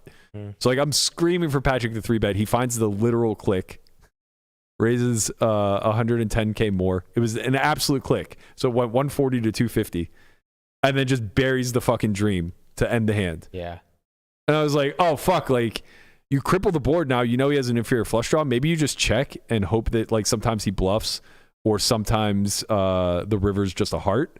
I mean, this is a really bad card for Patrick. Yeah, I agree. Like queens, kings, jacks, tens, they don't really want to bet. So I was like, yeah, maybe you just play check on this card. Like you're pretty protected with this hand. I think I like check. He just goes fucking big, man. He goes 150. Goes full quarter pot. There's so many hands that we have that just don't want to do this. Yeah, I agree. But when Persson rips, I mean, Yahtzee. you're a fucking genius. You got that nice big 0% next to his name. How often are you ever going to see that in a $2 million snap pot? call. Yeah, I don't know why. That's insane to me. I think it's just like what's going on. Yeah, type it's just thing. like, okay, it's the biggest pot of like- my life. To be fair, that was the quickest pot he played over the 3 days. Yeah, that is true too. So, Yeah. you know. That is true too. Yeah, I mean, it's got to feel fucking good. God, I know, right? Biggest pot in TV history. One guy's just stoned Just fucking sitting here dead. watching this stone Absolutely dead. Two So billion. this is now granted, obviously Patrick's hand is a little bit misleading when I say it was one pair, but this is what I'm talking about, where we literally witnessed 1,000 big blind pot with one pair, and the other guy is stone fucking dead. Yeah. This is the shit that I'm talking about when I say like high stakes is a different fucking animal, man. Like you get to these games and it's not like it gets swept up quick. Yeah. The action starts flying. The straddles get put on. Like suddenly people forget how deep they are. They start flop raising on 8-3-3 when they never have a good fucking hand. Yeah. And all of a sudden you're just playing a fucking 1,000 big blind pot. Well, I mean, once you're in a spot where it's 3.5 open call with the dead money also, like Patrick's size out of position just has to be massive. Yeah. And even 15 could be argued That's as probably like small. a little too small. Yeah. Right? Because even though you have all of these chips behind, you definitely have portions of your range that do want to try to get many money in Yeah. Guys, I'm sorry. at some percentage. I need to figure something out. Go ahead. What holiday is it today? President's Day. President's Day. Fuck, you all knew? I knew because somebody told me. God. I didn't know. I'm surprised, I'm surprised Berkey knew. It's my dad's birthday. Oh, okay, that's fine. Yeah. I had no idea. You're not usually No, I'm good with the winter Christmas, holidays. you know like Christmas. And, I know Martin Luther King Day. I know President's Day. I thank you. know St. Patrick's Day. Easter fucks me up. Well, It Easter's changes. different every year. Yeah, it changes every year. Yeah. Obviously, I know Christmas, Halloween, and Thanksgiving. Yeah, all the majors. I'm Speaking surprised. of President's Day, guys, I know Jimmy Columbus Day is in Carter, October. Unfortunately, is in hospice now.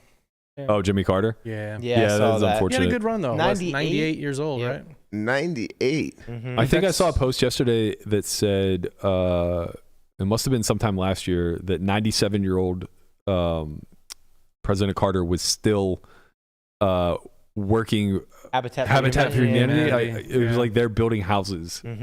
I mean, Yeah, he's obviously out he's not there doing- he's literally out there with a hammer, hammer and a and nail. what a beast. Yeah. Yeah. No, that's crazy. sure. 98 such a long time. That's- Honestly, there's no better way. Not that it's expected, but like, what better way to spend like the last 2 decades of your life than, assuming you can afford to, than actually contributing and giving back. It's like Yeah. you don't have any reason to accumulate dollars anymore. He's probably the president that is like post presidency has like helped out humanity in the best way, probably. Crazy. Yeah. It's crazy, man. It's Crazy. crazy. Imagine what he would have done winning a $2 million pot. More homes. Build some Yeah, fucking built houses, some baby. houses. Build some Bought fucking a bunch houses. of nails.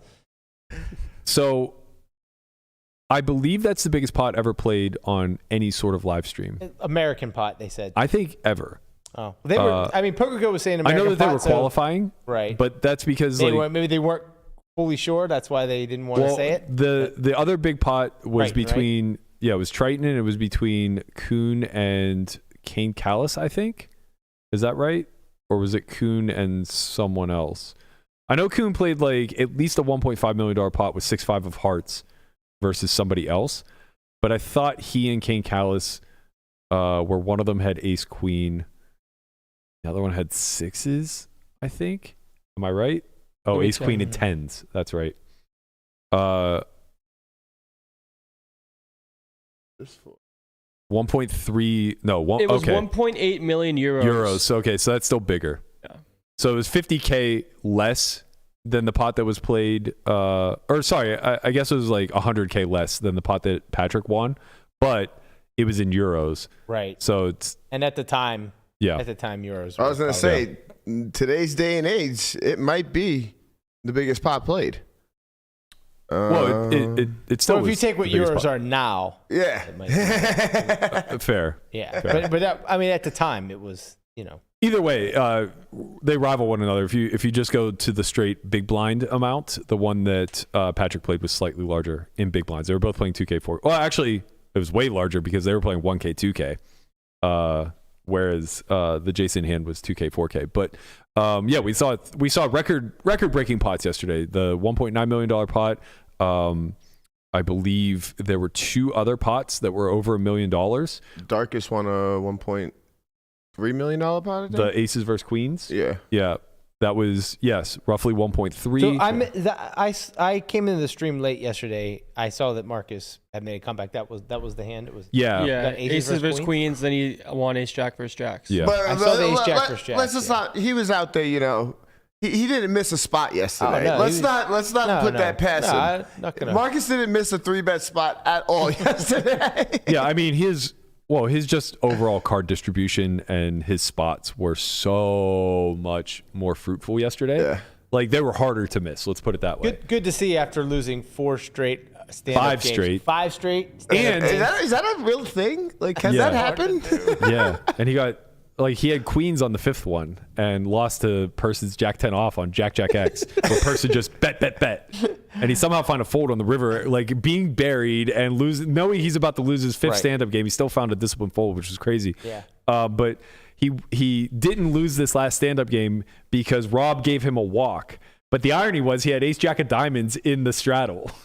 So, like, he was probably going to win the pot anyway, or at least he was going to go down fighting. Rob had like 10-6 offsuit, so it's very likely he would have won it anyway. But yeah, I mean, he truly did run cold as ice the first 2 days. But you have to say that with a grain of salt. There was no aces versus kings. There was no set over set. There was no flush over flush. These are the types of things that can absolutely like get you out of, eject you, right? Like, I think that something that would have made the game very interesting is if instead of Person playing a $2 million pot on day 3, he would have just lost a couple pots on day 1 and day 2, or even just on day 1, where eventually like he goes bust up. Like if somebody doesn't make it out day 1 or somebody busts early on day 2, now it kind of like gets particularly interesting because now it's shorter handed. You're getting more hands in.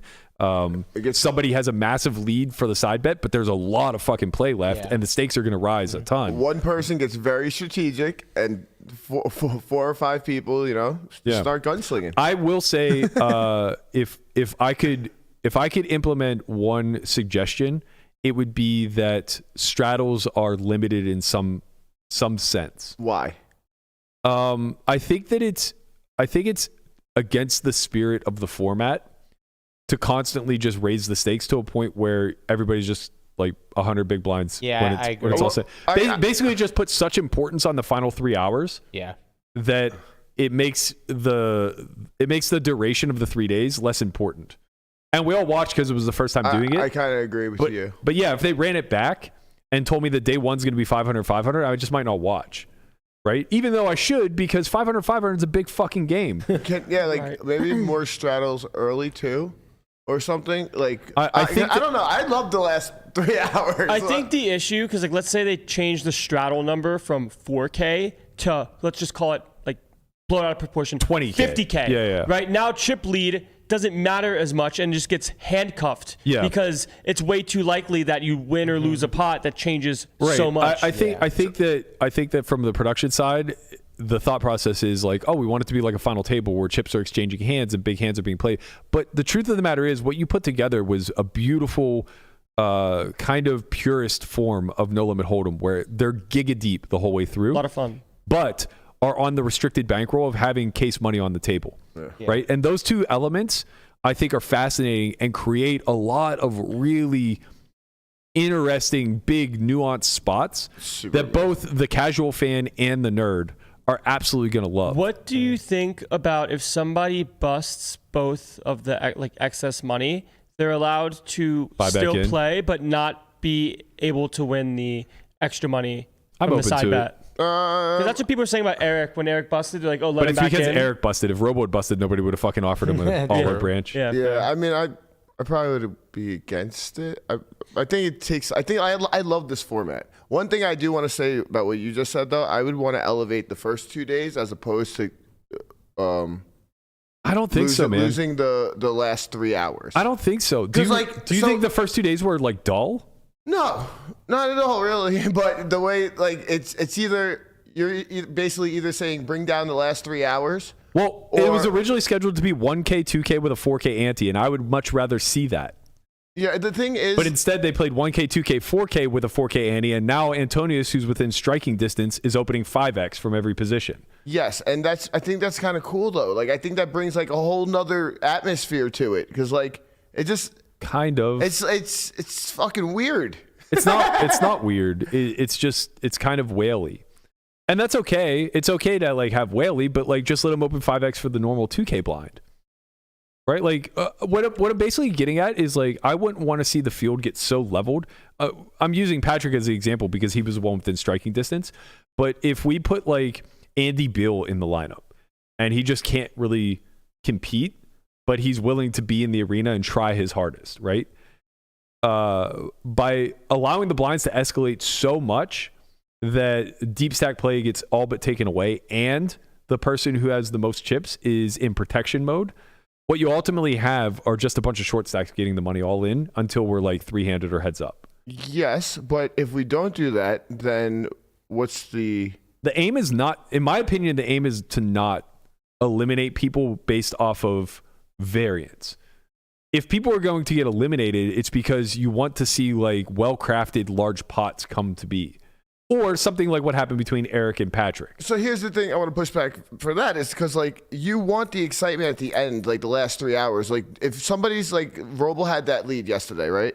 And, like, the game didn't play that big, there would have been no chance at striking distance. That's okay. The side prize isn't why you're watching. You're watching because you get to see 6 hours of 1K, 2K. Of course, but the side prize, that brings a whole nother element to the game that everybody's thinking about toward the end. Good. Right? Like, good. Take that meta into consideration. Robo's going to be more in lockdown, and they're going to be willing to gamble a little bit more, so their ranges maybe get a couple pips wider. But I don't think that it's great, especially whenever you're trying to get people in the arena, right? Like, for Darkest, for example, or if, like, I had my opportunity to play there, that side bet means a lot. Or even, like, MJ, for example, knowing that, like, he's not playing his own money. That side bet means something, but to what degree, right? Like, at what point are you YOLOing it off because we're playing, 1K, 2K, 4K, 4K ante, and the average opening size is 5 big blinds, and now I'm 150 bigs deep? Like, am I really just going to be okay with ripping 600,000 in the middle with tens because it went like 5X open, 20X 3-bet in a button small blind scenario, and I'm in the straddle? Like, that's not good poker. That's not even really entertainment. That's just kind of being a victim to variance. And like, I'm speaking from experience of like being put in these scenarios where you're forced to gamble for more than you're really comfortable with, and that's okay. I'm willing to take that on. It's just, it's really shitty whenever you're just like having to play a medium stake tournament strategy. I think that's just a cool part of the format, though. Like that coming into the format, like no, they didn't know that. They changed the structure. Well, I'm just saying going into the next one, like, sure, you kind of know that just going into the format. So why not play 5K, 10K with 6 million in play? I don't have any argument. The easy answer is because this is what's bad about MTT final tables. When you're playing for all the money, all you're watching is people try to carve out EV that's worth like fractions of a big blind because they have to manipulate small. So what should actually happen if you're playing 5K, 10K is people should be limping, people should be min raising, everything should scale down, right? Because now the depth is gone and you're forced to play fewer streets before you're all in. The reality is, like, what made this game so beautiful is that they were so deep throughout that you're going to see a lot of 5-street poker. And that, to me, is what you're showcasing whenever you're playing nosebleed cash like this. Right. If you want to play $1 million sit and go, play a fucking $1 million sit and go. I don't care. It dilutes the post-flop strats a lot where it comes to more checking and small bets and defense. I personally don't think that the goal in a format like this should ever be to seeing a bunch of all-ins pre. It should be the opposite. It should be that there are almost never all-ins pre. Right. You know, barring something like what we saw with Darkus and Rob. Yeah. What are your thoughts on having it's like a pot? What is it, like a pot limit Pot limit pre. type of idea? I don't love it. I think like it's cool to still just be able to do shit. You know what I mean? If somebody wants to 10x pot jam pre, fucking let them. Yeah. Yeah, I don't like that at all. I like it for short deck. Just because like you can't really make egregious errors pre. But again, this isn't even criticism. This is just like It's just like personal food for preference. thought, Yeah. Yeah, it's just like personal preference, my opinion. Like I thought the show was fucking fantastic. I can't tell you the last time that I watched 18 hours of poker in a row. I can't tell you the last time I was so fucking intrigued of like what was just going on, like just like the strategy wise and just like thinking about what other people are thinking. So originally they weren't going to stream the final 2 days, right? Correct. Yeah. So they Well, it was always going to be on Poker Go, but not on YouTube. Right, but what they were going to do was put the first day was going to be streamed.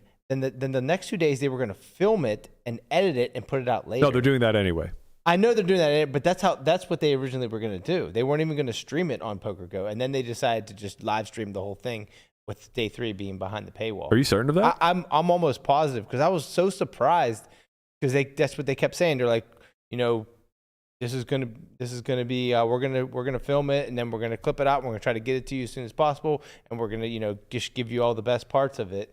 And then the next day they're like, it's actually happening. We're going to stream it live, and that's what they did. Yeah, I know the decision was made to I'm glad they did, obviously. Well, I know the decision was made to stream it live on YouTube for day 2 that it wasn't originally. Right. I'm relatively confident that they were planning on always having it live stream on Poker Go, and then they're going to break it down into episodes later. Yeah, like this is going to be the next season of No Gamble No Future, obviously. Right. But yeah, I mean, I guess that there's a world where they didn't plan on doing that, but that seems because I was shocked. very foolish. Yeah, but regardless, it was amazing. If you had to guess, what stream do you think has accumulated the most views as far as like high stakes American poker goes? Or last weekend? No, total, ever. And how many views do you think it is? Ever? Like the biggest viewed stream. Like of the streams that currently exist. Poker Go, Hustler, Live at the Bike. I would say Live at the Bike just because it's been around for so long.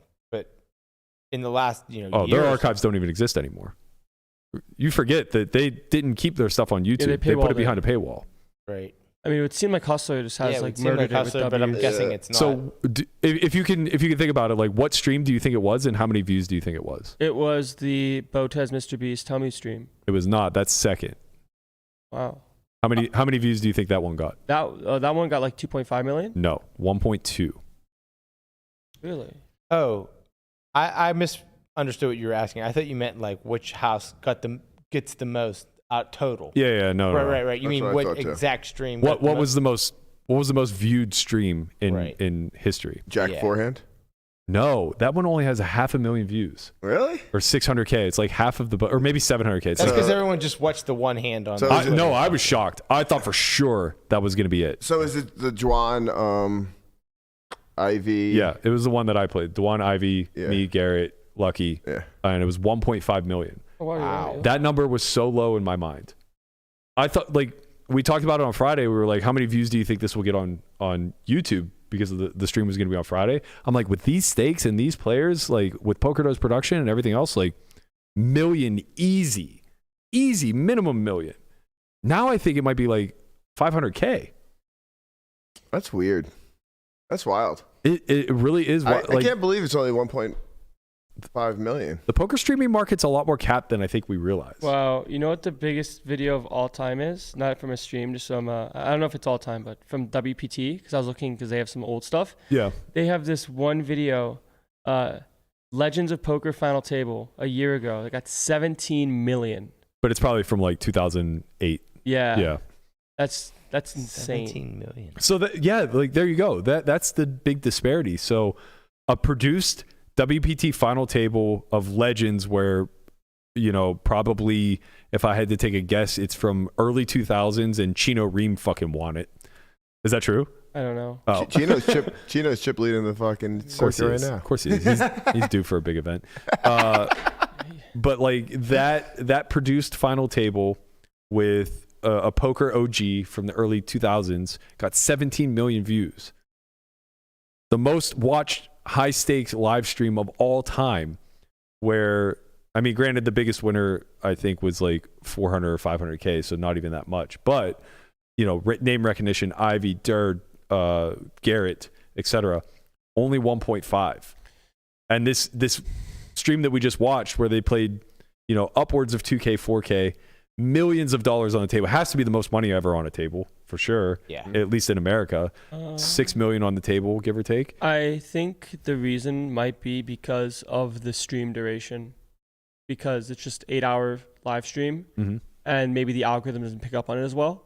Where this produced, how long was the produced one? 24 minutes. Yeah. So I'm sure that for sure has something to do with it. Yeah. Who wants to watch, like, click on a YouTube video and then watch an 8-hour stream? But the irony is the clips don't perform nearly as well as the streams. All of the streams outperform their clips, with the exception of like the Jack 4. I don't know what the Jack 4 clip is, but I would bet that actually that would be a good one to find out. That actually might have more views than the most watched live stream on Hustler, which would be No Shock, I guess.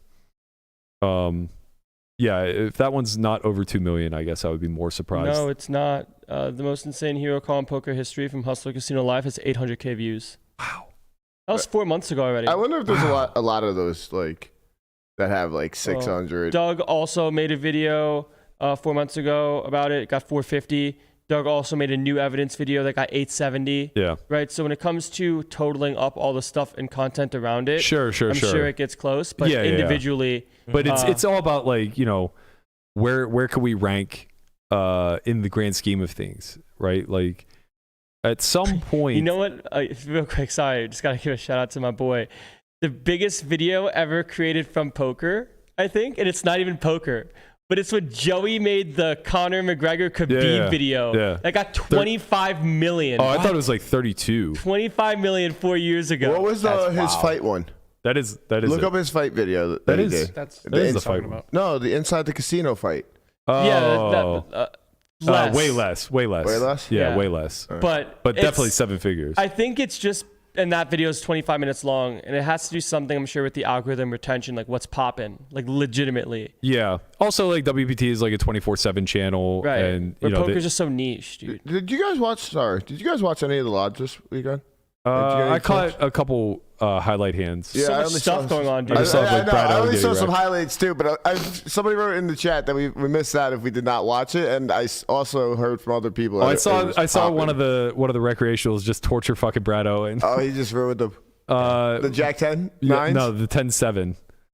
So he 4-bet, or he either 3-bet or 4-bet called Brad, who had ace king of clubs, and the recreational had 10-7 of hearts. So there was, like, I don't know, 40 or 50K in the middle, and they were like 70K effective. Okay. Comes like 10-8-6, one club. Brad c-bets, and the guy just rips. And Brad calls off. And then it turns, like, you know, the queen of clubs or something, giving Brad a combo draw, and it was just a brick. Yeah, of course. I genuinely think That's rough. that when there's a time that poker becomes more mainstream, which is potentially possible in the very near future, that clips and engagement from that will rise. I guess that's what I'm kind of trying to talk about here, as far as you know, the final conversation before we get out of here. Where does this all land us? Because it's clear that poker is as popular as it's ever been. It's right? 100% booming. Yeah, It's- I mean, it's not what it was. It will never be what it was during the boom. Right. It's too mature of a market now. But we are feeling this, like, second wave of a lot of interest taking place in our little space. And I think that, you know, tournaments have always been what we've packaged and highlighted to the audience. And tournaments are definitely where the majority of the money is being funneled into. But there's a lot of meat on the bone, let's say, for high stakes cash games to kind of draw people in. Like, the big numbers are still a giant shiny object to the audience. Why are you cringing? Because I think that You it know. doesn't really relate to the general audience, and it will encapsulate the people that have money in general and can potentially make poker mainstream from that regard. but the number of money being exchanged from one person to another that already is giga rich isn't really fathomable to the common person. Yeah, but I don't think that matters when you're talking about sport. They don't watch a baseball game and think I could be Barry Bonds. Yeah. No, but they like the idea of Barry Bonds, and like kids think it's possible. Yeah, and I think same holds true for high stakes cash, right? I think the path to high stakes cash from call it 0 to 100, from call it grinding cash games to then getting to that gets limited, and it gets seen from live casino games all the time where most things are privatized. Maybe. I don't know that the average Joe is really inside enough to recognize that like if he worked really hard, he couldn't play 501k someday. I think the storyline of having no money to then winning many money is what's appealing to most, and that's going to stay that way.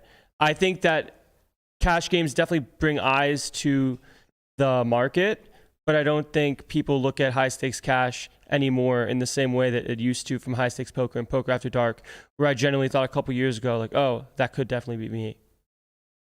Because of the amount of work that gets put into it, and then the other like politics that go into it. Yeah.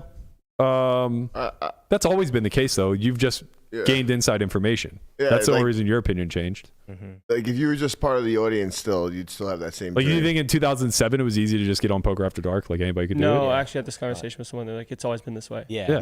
Since the dawn of time. Right. Like, if you get to play with Guy Liberté, it's because somebody likes you enough to give you a high EV spot. Yeah. So, yeah, nothing's really changed as far as, like, the politics go. Well, the change was TV, right? Kind of. It just moved to the internet. Yeah, but that's a great thing, though. Like, the bigger the audience comes, then more sponsorships will come in, which means more money will come into poker, which should just be good for the space in general. And I don't mean, like, bringing it back to TV, if that's the answer.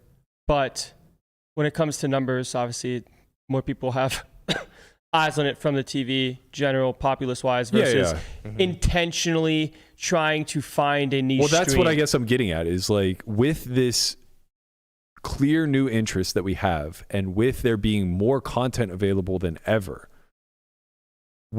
I mean, collectively, it just seems like we're missing the mark as far as finding that niche way of packaging it in such a manner that somebody emerges. Right now, nobody's really doing anything to become the WPT staple or the WSOP staple that we all recall from our time coming up throughout the boom era. Same thing with high stakes poker and Poker After Dark. These were all brands that were so far beyond any, like, nobody would even dare compete. So we're talking about the stream houses. Yeah, so like, well, not just the stream houses, well, just but marketing in general. Yeah, marketing and content in general. Everybody now, so where nobody would even dare compete with these titans of the industry back during the boom, now it's all regressed to the mean where everybody's a competition. And like, you know, this is no shot at the Lodge. I think what they're doing is absolutely great. But like, by all accounts, it's because it's so new, because the pool that they're pulling from is so much smaller, like compared to Poker Go, it should be a second tier stream. But they're competing on the same platform, and they're not that far behind. Right. I think their stream got like 100K. I could be wrong. Maybe I was looking at something older. But basically, like, they could do numbers in the six figures, right? Like, they're not doing millions yet, and I imagine that this one for Poker Go will. But Poker Go is not going to do another live stream for a year. I think there is some sort of realization that back in the day when it comes to the marketing, where they propped up Ivy, Negreanu, Helmuth, where they became household names. Mm-hmm. That isn't really the case anymore when it comes to people being the face of certain things that are household and mainstream, where let's say WPT then has somebody for them that's like the face of WPT, where like they get W's, people then realize, oh, like this guy wins all the time, right? And he went from X to Y, and then here's the progression, here's the journey, and here's how he did it through tournaments. That then becomes recognizable and relatable, because right now people see poker as just this space. But that's like the old template, right? Like, maybe the storylines and but maybe now it needs to evolve into a I think now we're at the point of the evolution where we need the NFL, we need the NBA, we need the MLB, where it's like, of course there are stars well within that umbrella, but the brand itself is what what people Like call it the USPA, like United States Poker Association. whatever you want to call it. I don't care. Please, But please do not take that name. Please, for the love of God. How many USP? What is it? I don't know. It's every golf and tennis tour ever created. Right, but they work. I understand what you're saying, but yes, to that point, right? Like, and golf is kind of going through this right now. I don't know if you guys saw this documentary Full Swing or docuseries Full Swing on Netflix. Fascinating. I'm not a golf fan. Incredible. Totally locked in and engaged. Have you ever not watched the documentary? No, I love them all. I like to learn, man. It's fun. Learning is fun. But the PGA is going through this right now where there's this spin-off league called Live that the Saudis are creating, and they're dumping infinite money into it and offering like 10x contracts to PGA stars. Right. So they're pulling a lot of the biggest household names out of the PGA because they're on the back end of their career and they know their earning power is decreasing year over year. Instead, they're being offered like giga money to go play these watered down events in Saudi Arabia where it doesn't matter how they perform because nobody gives a shit. They're just there to be celebrities. The same way whenever we brought Beckham to LA to play soccer, right? He was just a show pony. Yeah. Like when Ronaldo went for the massive contract. Yeah, so like when Moneymaker went to ACR? No, not like that. Titans of the industry. So like forever, golf was just directly correlated to the PGA. Personally, as somebody who doesn't watch golf all that often, I couldn't name you anything else involved. Like I know all the majors and I know that they all fall under the PGA umbrella. Yeah, like there's the FedEx Cup and there's some other stuff going on like race-wise and points and different stuff going on every Sunday. But they're all PGA sanctioned tours, right? Mm-hmm. So everything still fell under the quote-unquote league, right? And I think that that's what we're getting to is like the reason why we're so disheveled within this industry, for better or for worse, right? Because the amount of autonomy that we all have where we can all independently do whatever the fuck we want and we can work with whoever the fuck we want and we can signal boost whoever the fuck we want. Like that's a nice liberty to have, but it restricts us from bringing in and concentrating a lot of money into the space. I think it's hard, right? Because you would have to have someone come in with so much money that they could buy out the WSOP, buy out WPT, buy out Triton, buy out all these, and then put them all together under one umbrella. Yeah, you don't have to buy them.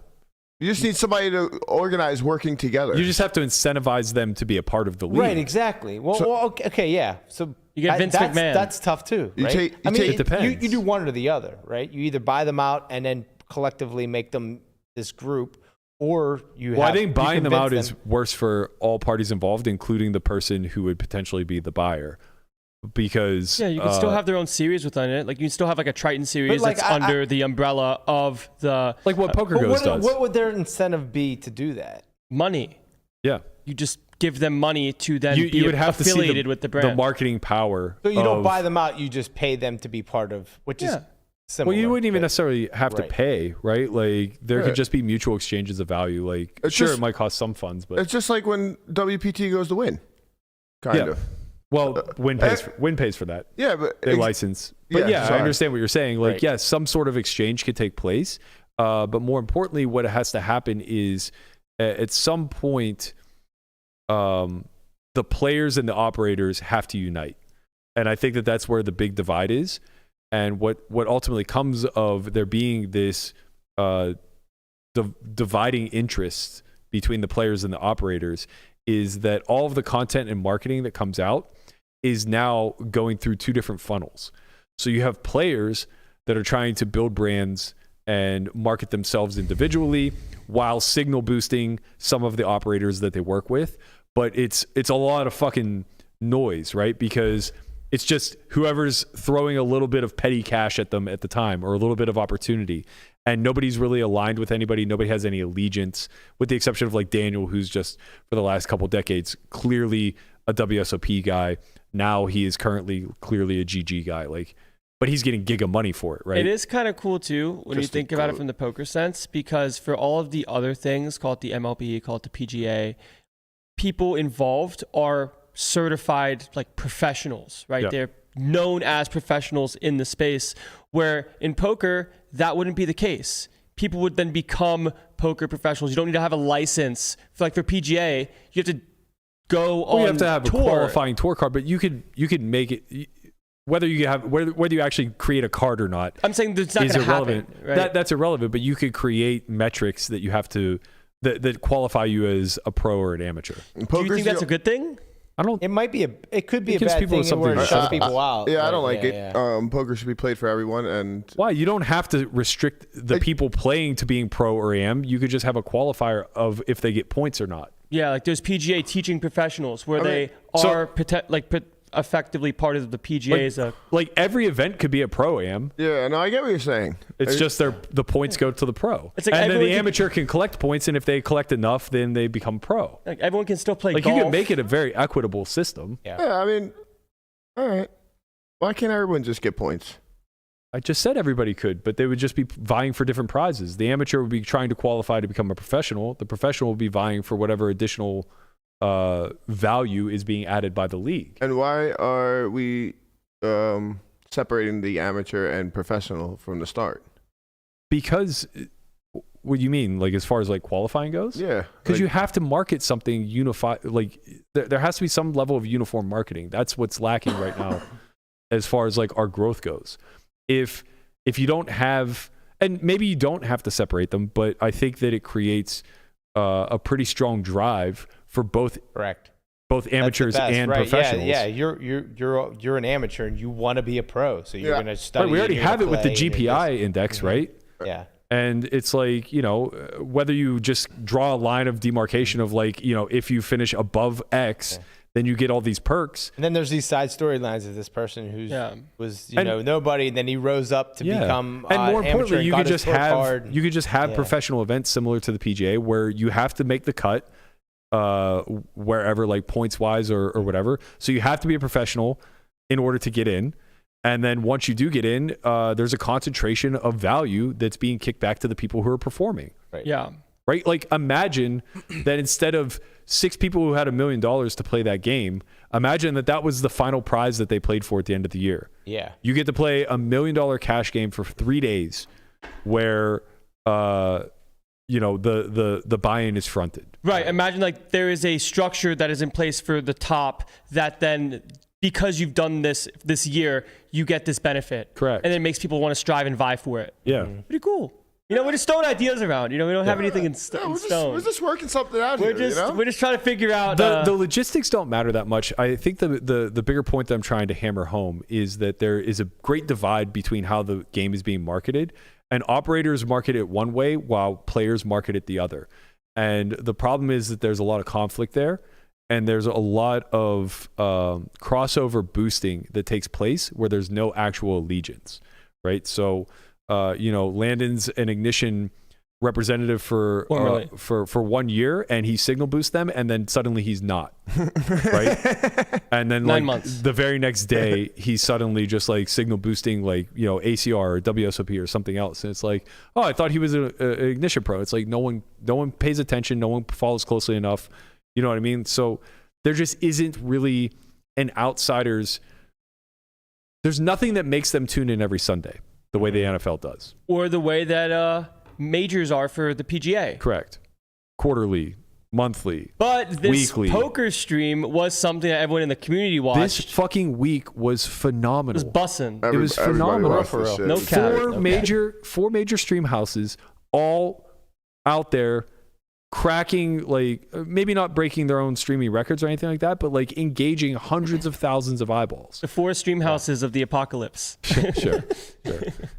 I don't know. It's just food for thought. I think it's an interesting discussion, and I think it's one that we're evolving. Like it's very clear we're evolving. We're becoming more of a mature market, and with that comes media, with that comes marketing, with that comes churn, with that comes acquisition models, with that comes new tech.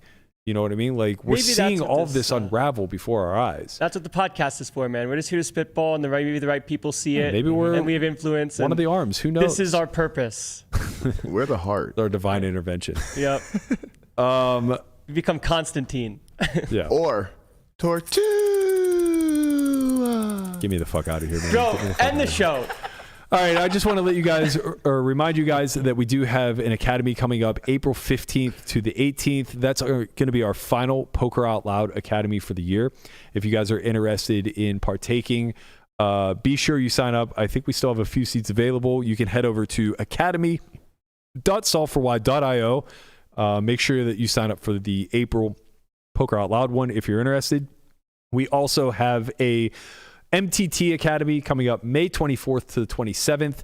This is going to be your prep for the WSOP. It's going to be a 4-day event similar to the old style where we do lecture in the morning, gameplay in the evening. And that's basically going to be a 4-day structure where you're going to go through the different segments of MTTs each day, similar to what we just saw in this hybrid format of cash. The blinds are going to escalate. We're going to get from the beginning stages to the middle to the end. The 4th day, everybody will be playing a final table. They'll be dealing with their chips that they carry through, working out the ICMs in the morning during the class, and trying to play accordingly. If you're interested in that, head to academy.solveforwhy.io. Click the banner at the top. It will take you to the right place. That's May 24th to the 28th, right before the WSOP begins. That's going to do it for us. No. I'm not letting you get out of here right just like that. What do you mean? With your gaslighting poll that you put in the thing. Best dunker of all Vince time. Carter got 61%. That was not the argument. The argument was the best performance at the dunk contest. You got MJ getting 26% of the votes. He shouldn't even be in the conversation. You're an idiot, man. He is literally the guy who created the dunk contest. Like, stop it, man. It's over. Go away. It's so over. You're right, Get it out is of over. here. It All right, is love over. y'all. Peace. Peace.